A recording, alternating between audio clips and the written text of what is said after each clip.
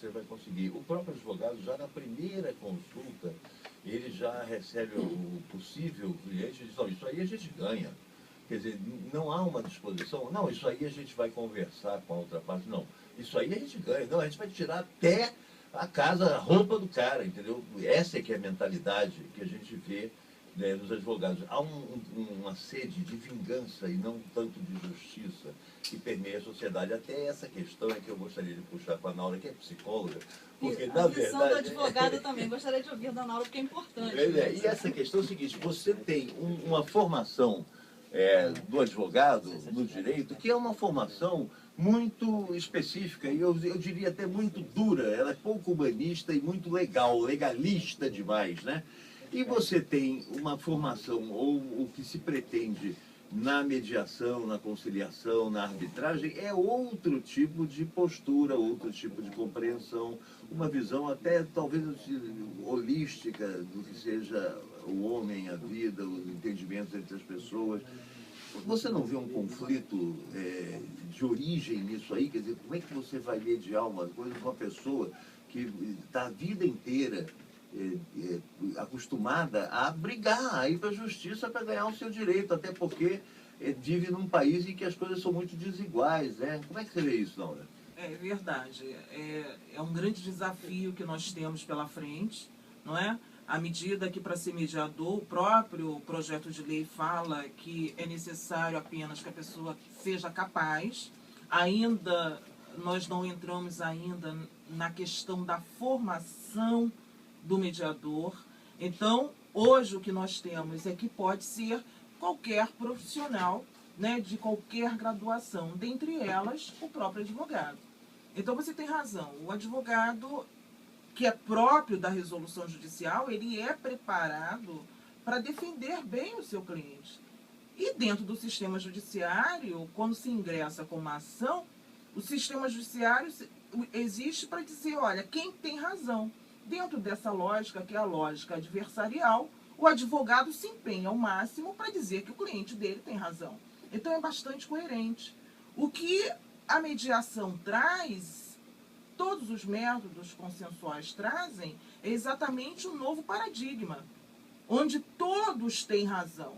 Então o que importa é o entendimento das pessoas em relação aos conflitos, aquelas questões que estão sendo demandadas para serem solucionadas. Cada um vai expor como pensa e as pessoas vão chegar a um consenso. Aí entra a figura do mediador.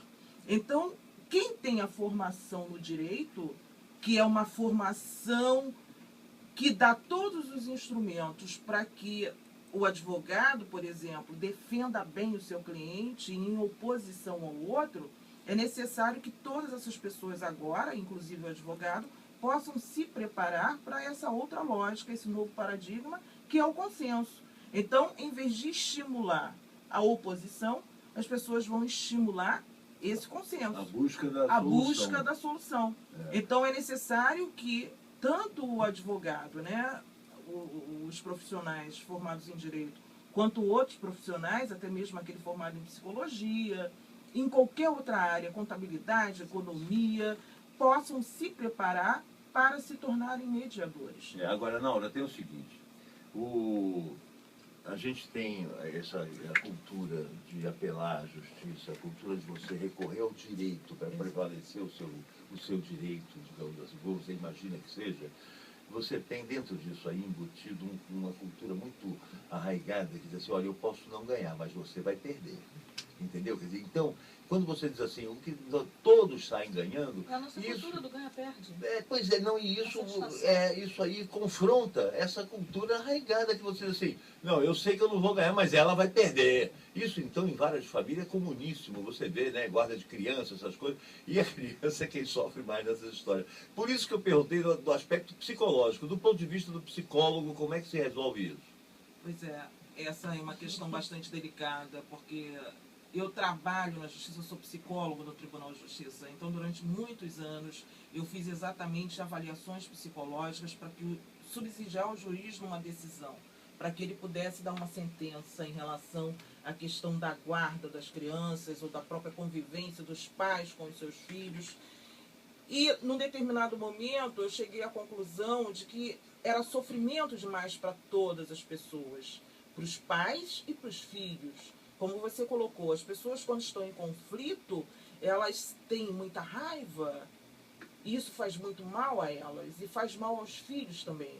Então, o que eu procurava fazer era estimular essas pessoas a refletirem sobre isso, né? Fazendo sessões individuais, fazendo sessões conjuntas e pensando uma forma das pessoas chegarem a um consenso, sobretudo para preservarem a saúde mental dos seus próprios filhos. E a sua, né? Na Verdade, verdade, já está se deteriorando ali. Exatamente. As pessoas levam anos a fio brigando na justiça, exatamente por isso que você colocou. Por conta desse sentimento, que é um sentimento bastante destrutivo, porque as próprias pessoas gastam toda a sua energia quando poderiam estar fazendo outras coisas mais produtivas, avançando em outros relacionamentos, trabalhando, conseguindo aí novas ações, novos empregos, e elas ficam imbuídas ali anos a fio naquele processo. E muitas vezes, alguns autores colocam, né, aquela raiva e aquele processo é uma forma até das pessoas manterem contatos com os seus ex-cônjuges. Agora, isso não traz benefício para os próprios filhos quando eles existem. Isso aí, na verdade, já é patologia, né? A pessoa já é doente, porque você alimenta uma relação doentia, né? Traz muito sofrimento. Então, é necessário que a gente possa ajudar essas pessoas. Quando a mediação chega, tanto no judiciário, e agora vai chegar muito, assim, eu espero, eu tenho essa expectativa fora do judiciário, que é o ideal, a mediação extrajudicial, mediação pré-processual, antes das pessoas procurarem realizarem um processo, ingressarem com uma ação. Então as pessoas já vão ser auxiliadas pelo mediador para poderem exatamente modificarem essa visão e preservarem a si mesmas e aos próprios filhos. É legal. Isso que é importante. Uma coisa interessante que é bom alertar o ouvinte, que está nessa cultura do direito e essa cultura da briga judicial, da disputa judicial, das barras do tribunal, é que quando você cria uma outra instância como essa que vocês estão falando aqui, da mediação, da conciliação, mesmo da arbitragem, você elimina um desgaste emocional muito grande, além da despesa, com custas processuais, essa coisa toda, você elimina um desgaste emocional, um desgaste físico e de tudo, né? Ih, rapaz, tem audiência amanhã, vou ter que estar naquela sala, dar de cara com aquela figura, não é? E aquela coisa de você ficar alimentando o rancor, alimentando uma, né? Isso é mais sensível, como eu falei como exemplo aqui, mas você já rapidamente pegou esse exemplo e foi nele, viajou nele, é mais sensível na questão da vara de família, nas questões de família que são de difícil consenso, de difícil acordo entre pessoas que, num determinado momento, se casaram, compartilharam a vida, depois não querem mais ver a cara um do outro e tem filhos na parada, tem filhos como é que funciona? É muito comum, já está crescendo o número de mediações nesse sentido? No Brasil e sobretudo no Rio de Janeiro, a mediação fora dos tribunais ainda está muito no início. As pessoas desconhecem esse instituto, esse mecanismo, esse recurso, que é um recurso importantíssimo para que as pessoas possam exatamente sentar, conversar. E ainda, a ideia não é que as pessoas saiam amiguinhas e se beijando, tá certo? Mas a ideia é que as pessoas possam conversar sobre temas que são extremamente importantes, sobretudo para a sua família, porque os filhos, né, eles são para sempre, não tem prazo de validade, como a gente costuma brincar, não é? Então, conversar sobre a educação do filho, sobre a saúde do filho, isso é muito importante. Os pais têm essa preocupação. Então, e tem muito amor pelos seus filhos. Nesse momento do conflito, em que eles estão muito enraivecidos um com o outro, não conseguem enxergar os filhos. É importante o mediador, embora as crianças, via de regra, não é sempre, mas embora as crianças não participem da mediação, o mediador traz sempre as crianças ali, a presença dos pais, no sentido de, simbolicamente, para conversar sobre o que essas crianças realmente necessitam. Preservar, né? Para preservar essas crianças. e preservar futuros relacionamentos. Porque quando as pessoas, tendo filhos ou não, buscam a mediação, as pessoas podem preservar um relacionamento futuro de uma forma amistosa e podem conversar sobre outros temas que sejam importantes. Não é necessário as pessoas brigarem porque pensam de maneira diferente. As pessoas podem chegar a um entendimento. Agora, no caso, Naura, da pessoa que está no processo de dissolução da união, do casamento, a pessoa vai ter que recorrer todo o caminho legal para a obtenção do divórcio, né, a separação judicial, esse tipo de coisas. Agora, é fácil você convencer a pessoa de que isso é independente de uma negociação consensual em arbitragem, não é arbitragem, não é o caso, mas em mediação. É fácil convencer a pessoa disso aí, ou a pessoa tem na cabeça dela que não, tem que ir para o juiz, e o juiz tem que dar a sentença, e tem que ter aquele papel, e tem que ter, e tirar de novo essa herança cartorial brasileira, né? Aí você tem que tirar de novo a certidão averbada, e você vai voltar com aquele nome que você tinha antes de casar, esse tipo de coisa. É fácil você explicar isso para as pessoas, de maneira geral? Quando as pessoas têm consenso em relação a se divorciarem, hoje se faz por um processo administrativo, não é? Então é muito simples. Agora, a questão é, quando as pessoas divergem, quando as pessoas estão em conflito e precisam, querem, um quer, o outro não quer, como é que se faz isso? Busca-se um mediador, para que o mediador possa ajudá-los a fazer, até para que eles cheguem à conclusão do que é o melhor para eles. Se é entrar na justiça, se não é. Isso é uma coisa Eles prévia. vão decidir, porque só é necessário que o juiz dê uma sentença em caso de discordância, mas a ideia é que as pessoas possam conversar antes, chegar a um consenso. Em havendo esse consenso, é um procedimento administrativo. Normal.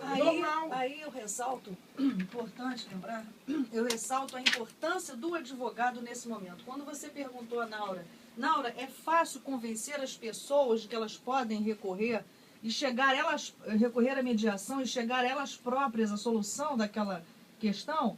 Mais fácil as partes do que os advogados. Porque se as partes chegaram a esse ponto, a nossa cultura é de buscar a assessoria de um advogado para tomar informação de como proceder a respeito daquela separação, do divórcio, de com quem ficará a guarda das crianças. Hoje está na moda a guarda compartilhada e é bom que seja exercida dessa forma para que a criança sinta-se mais confortável no lar dos dois pais, que é o seu lar. E então o advogado é que vai instruir essas partes da possibilidade real e saudável delas conseguirem chegar a esse termo de entendimento de todos os assuntos que permeiam o divórcio, a divisão de bens, a fixação de alimentos para o cônjuge que precisar, se o marido ou se a ex-esposa, nos casos em que o marido ainda precisa. Eu gostei da o marido ou a ex-esposa, né? Que geralmente é a ex-esposa. É um quantitativo, são 18 anos advogando em área de família. É o ex-marido e a ex-esposa. Eu gostei da posição, o marido é no presente. O marido no que parece que fica marido para sempre, que é o mantenedor, né? E ex-mulher para sempre, né? Os caras dizem isso, no bar, né? No bar tomando cerveja, sexta-feira, não, ex-mulher para sempre. Sensibilizar as autoridades, porque à medida que esse projeto de lei existe, à medida que ele seja efetivamente sancionado, Golo, nós vamos ter aí uma grande gama aí de possibilidades para que a gente possa entrar com a mediação. E a escola é uma área que eu sou muito sensível a isso, e hoje nós estamos aí num momento bastante delicado, não é? Porque cria na criança e no adolescente a cultura do diálogo. E começa ali. Começa ali, exatamente, antes da universidade. Muito antes. Quer dizer, ele melhor que seja no jardim de infância. Ele já consegue perceber a sociabilidade que tem começa ali, por isso que já tem isso, né, dali. E nós temos em outros países, a nossa vizinha Argentina, eu assisti lá crianças, mediadores, porque nas escolas, quando nós instituímos um programa de mediação escolar, os próprios alunos são capacitados e alguns alunos se tornam mediadores. A cultura tem que vir desde cedo. É legal, é legal. O aluno aprende a respeitar as pessoas. Gente, nós estamos